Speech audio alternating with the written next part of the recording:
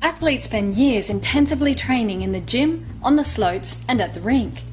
But how much is a difference in performance all in the mind? Researchers have studied the effectiveness of motor imagery techniques, where instead of physical practice, athletes visualise their path to victory. In one study, competitive skiers were broken up into 3 groups: dynamic imagery, static imagery, and a control group.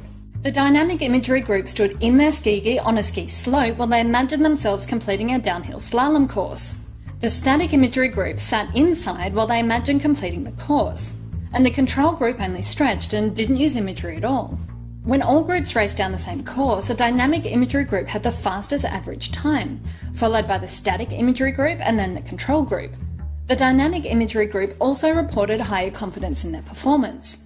Mental practice, rehearsing a motor skill in your mind, can actually improve physical performance. Studies have shown that mental practice can improve the accuracy of tennis serves and hockey shots, and the effectiveness of motor imagery is improved if it's done in an environment similar to the one you compete in, like on a ski slope.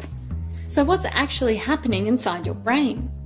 Brain imaging studies show when you imagine a movement, the same areas of your brain are triggered as when you actually perform that movement. For example, when people imagine walking, their primary motor cortex lights up. This area usually generates neural impulses that pass down the spinal cord and tell your legs to walk. The only difference with motor imagery is that no movements actually occur. It's all in the mind. So this mental training is similar to physical training.